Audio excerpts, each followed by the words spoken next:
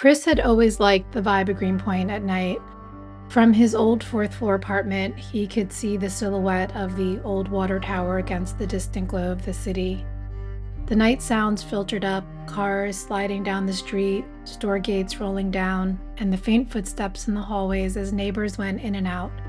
It was a comforting set of noises, a guarantee of life outside the small square sanctuary of his bedroom.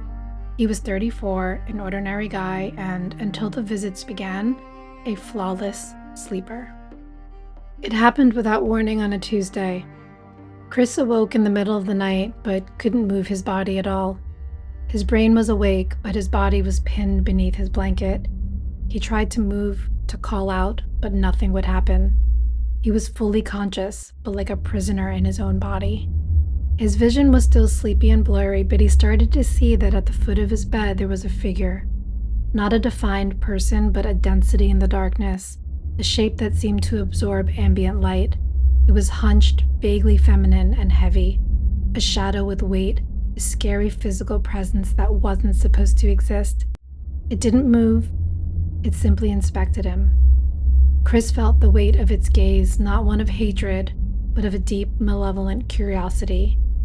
Terrified, he tried again to move, but he couldn't.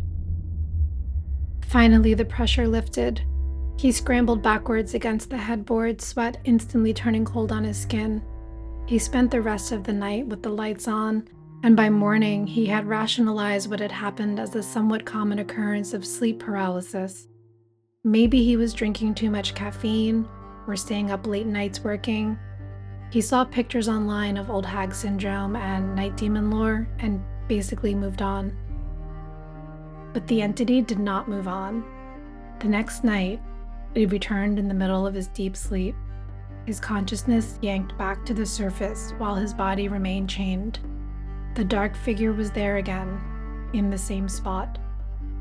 This visit worried him that maybe this was not a random glitch. What if this was a pattern and this thing returned again? The following night, he tried to evade it, moving to the couch, and planned to watch TV for most of the night. But his body's biological need for rest was stronger than his fear. He closed his eyes, and when he awoke, he was paralyzed. The demon was near the corner, no longer just studying him, but shifting. He felt a subtle drag of impossible cold move across his face, as if the entity had leaned in to listen to his breathing. The next day, he confided in a friend who shrugged and told him, "It's just your sleep is messed up, there's nothing to worry about, even though it definitely sounds freaky." The dismissal was profoundly isolating, even though he understood why his friend reacted that way, because it was what he himself wanted to believe. The next night, the figure was closer, hunched next to the nightstand, almost touching his outstretched hand. The paralysis was instant and crushing. A profound, chilling cold radiated from the mass settling on his skin. He began to hear it, not with his ears, but deep inside his skull. A faint, nonverbal sound like fine, dry grains shifting or whispering static that did not quite match a human rhythm. On the fifth night, the shadow was directly over him. The dense black mass obscured the ceiling, and the pressure on his chest was a physical weight that threatened to collapse his ribs. He gagged on the air he couldn't draw in. A foreign, sickly, sweet scent filled the air, mingled with the metallic tang of cold iron, like flowers left to decay in a stagnant pool. The inspection had become terrifying and possessive. He was not just being observed, he was being claimed. Night 6 began like all the others. Exhaustion won, and Chris sank into the mattress. When he awoke, the metallic taste of fear was already in his mouth. He was again paralyzed and awake. The shadow was different this time. It was denser, consuming the last sliver of light in the room. Instead of a vague shape, it solidified into a towering, horrific, monstrous outline. It was impossibly tall, bent double to fit beneath the low ceiling.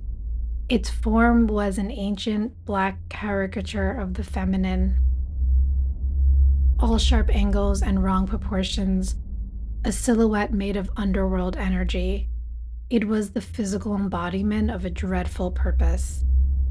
Then the voice came. It was not a voice of words, but a crushing internal resonance that vibrated his teeth and the marrow in his bones. You have been chosen. Your seed is potent, and my vessel is ready. The meaning was sickeningly clear. Chris fought, silently screaming, but the shadow leaned down, and the crushing pressure became an invasive force.